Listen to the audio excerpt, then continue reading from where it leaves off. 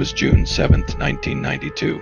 The sun was rising on a quiet Sunday morning in Springfield, Missouri.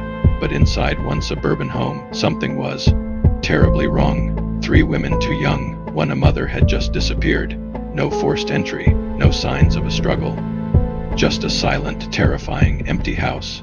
Their belongings were untouched, their lives seemingly put on hold. This is the case of the Springfield Three, and after over 30 years, it remains one of America's most baffling and unsettling mysteries.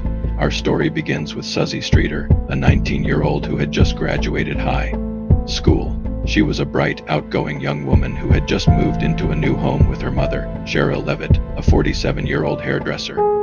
Their friend, Stacy McCall, was an 18-year-old who had also just graduated. The night before their disappearance, the 3 were enjoying a typical Friday night.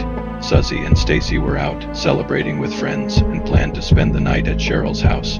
The night was uneventful. Suzie and Stacy arrived at the house around 2 a.m. and went to bed. The next morning, they were supposed to be packing for a trip to Branson, Missouri. But that Sunday morning, when friends and family arrived to check on them, the house was a crime scene, a scene of a crime that never happened. The first thing police noticed was a shattered porch light. Was this a sign of forced entry? No, the glass was scattered on top of the broken light fixture, not under it, suggesting it was broken from the inside. Inside, everything was undisturbed. Suzie's car was in the driveway. Her keys were inside, but her purse was missing. Sherrill's glasses and keys were also gone, but their clothes, makeup, and other personal items were untouched. It was as if they had just walked out.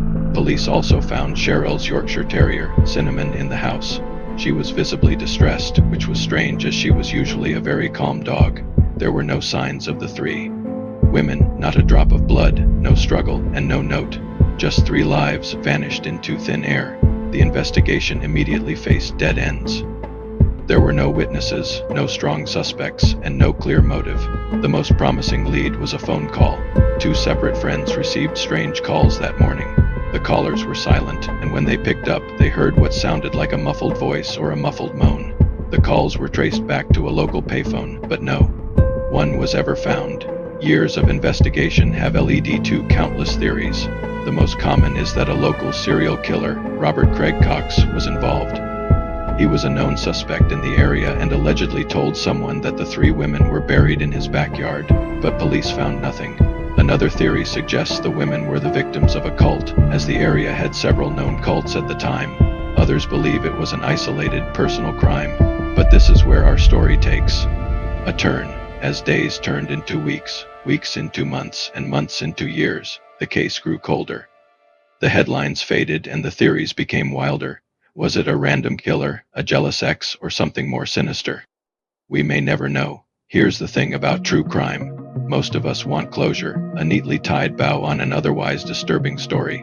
We need to believe that justice was served and the bad guy locked away. But sometimes life doesn't offer that closure. Sometimes the bad guy walks free, and in the case of the Springfield Three, the identity of the bad guy remains unknown. They could be living among us, hiding in plain sight, their face a stranger to the camera. Or they could be behind bars for another crime, their face hidden behind a prison jumpsuit. Over the decades, the team investigating the case has changed. New faces, new leads, but no answers. The original lead detective, Corporal Mike Bartlow, retired in 2007. He passed away in 2016, taking his theories and insights with him.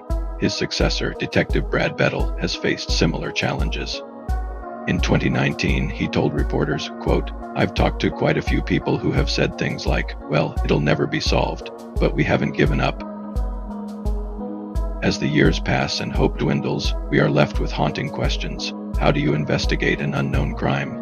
How do you catch an unknown killer? And how do you bring peace to grieving families when there is no culprit to blame? What's happening now? Let's take a look at the latest developments in the world's most baffling unsolved cases. The Springfield Police Department isn't giving up. In recent years, they've been reviewing every piece of evidence, hoping to find something new, some overlooked clue that might crack the case open. In 2020, they sent some of the evidence to a lab for advanced DNA testing. But it didn't turn up anything significant. The search continues. they remain hopeful that somewhere out there, there's a scrap of evidence waiting to be found, a witness ready to come forward, a tiny detail that could unravel the whole mystery. For now, the case remains unsolved, the silence deafening, the questions unanswered. But here's what keeps me up at night. What if the answer lies dormant? In plain sight, unnoticed, misinterpreted, or lost? What if the key to solving this mystery has been in our hands all along? It sounds crazy, right? But stranger things have happened. In 2019, a man walked into the Springfield Police Department and handed over a box.